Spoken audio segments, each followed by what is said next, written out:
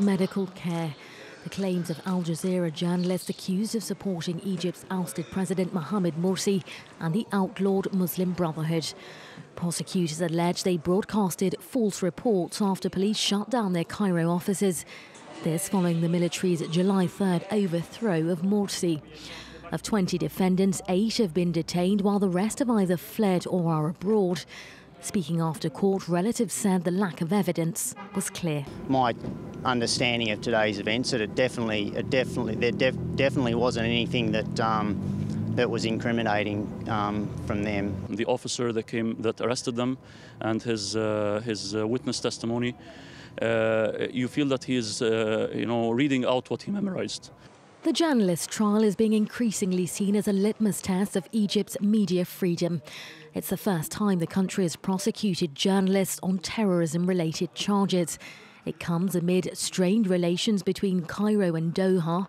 The Gulf state of Qatar, which funds Al Jazeera, backs the Muslim Brotherhood, a group which Egypt's military-installed government has gone to great lengths to crack down on.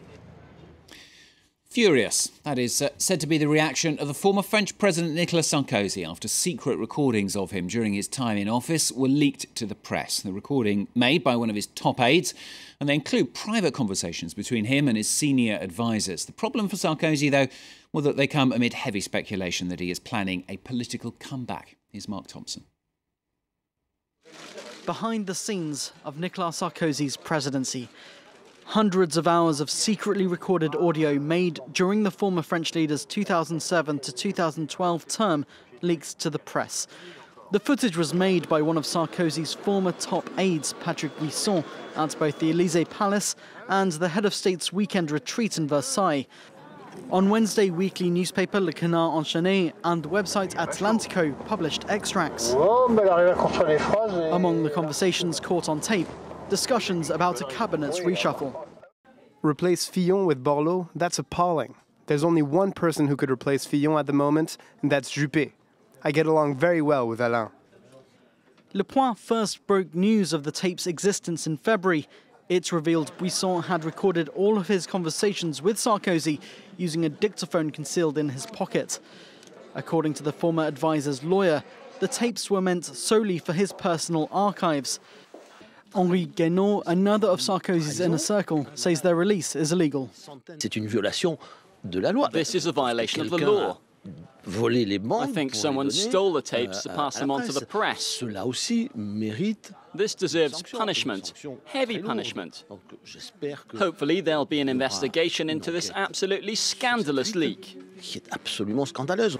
The revelation comes as rumours mount of Sarkozy's intention to stand in the next French presidential elections in 2017. Problems there for Nicolas Sarkozy. Now, here's the latest news headlines for you. Leaders from across the EU in Brussels for an extraordinary EU summit to try to find a solution to Ukraine. Some pushing for tough sanctions, others preferring mediation first. In Ukraine itself, a series of pro- and anti-Russian rallies. We're bringing you today a series of reports from our correspondents on the ground, so stay tuned for more of those. And, as you just saw, the former French President Nicolas Sarkozy said to be furious as secret recordings of him are leaked, just as he apparently plans his comeback bid. So as ever, at this time, it's time for today's focus, and it is a case that activists see as a crackdown on freedom of the press, a crackdown happening as the country grapples to find its new identity. 3 Al Jazeera journalists have been back on trial in Cairo, along with 17 others accused of supporting the now labelled terrorist group, the Muslim Brotherhood. Many in Egypt support the government's actions, but an increasing number of people, well, they're voicing deep concern over what they see as the rapidly deteriorating situation over freedom of expression in the country. Well, France 24's Cairo correspondent Sonia Dridi and Yuka Roya have this report for us. Assem Mohammed and Aden Fahmy, the brothers of jailed Al Jazeera journalists, share their concerns. For more than 2 months, Egyptian-Canadian Mohamed Fahmy and Egyptian Baher Mohammed have been in detention, along with their Australian colleague Peter Grest. All 3 work for Al Jazeera International and are accused of manipulating footage and supporting the Muslim Brotherhood that's now been branded a terrorist organisation. Their family members say the accusations are without grounds and they shouldn't be in jail. He would never, ever jeopardize the well-being of Egypt. You know, there are no evidence to incriminate them. It's not right to play around with people's lives like that.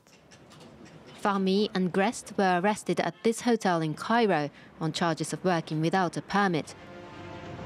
Egyptian television aired this footage, filmed just after their arrest, playing suspenseful music in the background and showing their mobile phones as if they were evidence at a crime scene.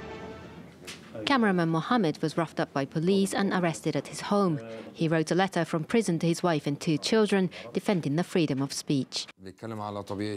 He said he was just trying to do his job and be professional. He didn't understand why they were arresting journalists when the revolution was supposed to have brought freedom of expression back to the country.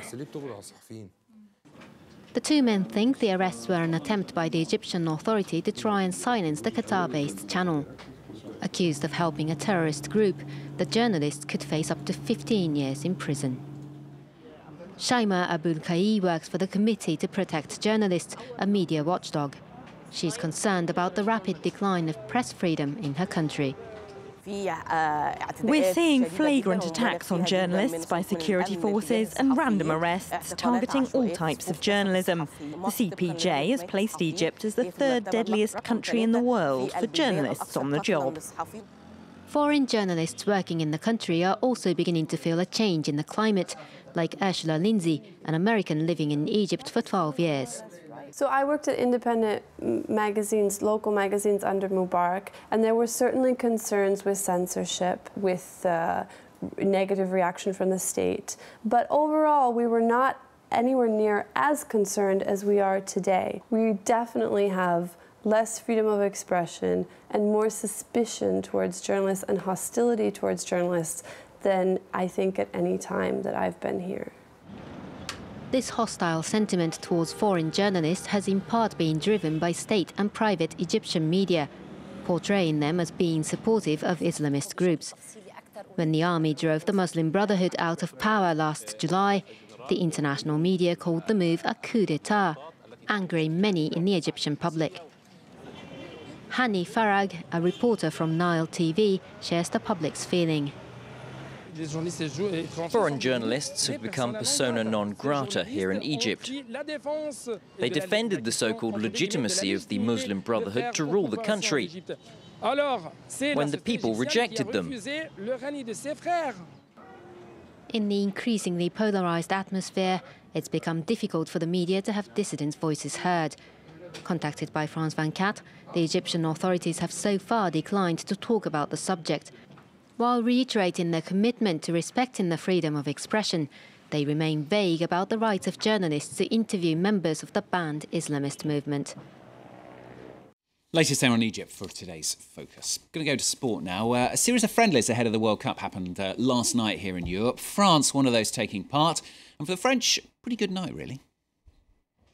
France beat the Netherlands 2-0 in a friendly at the Stade de France. Didier Deschamps' side played brilliantly.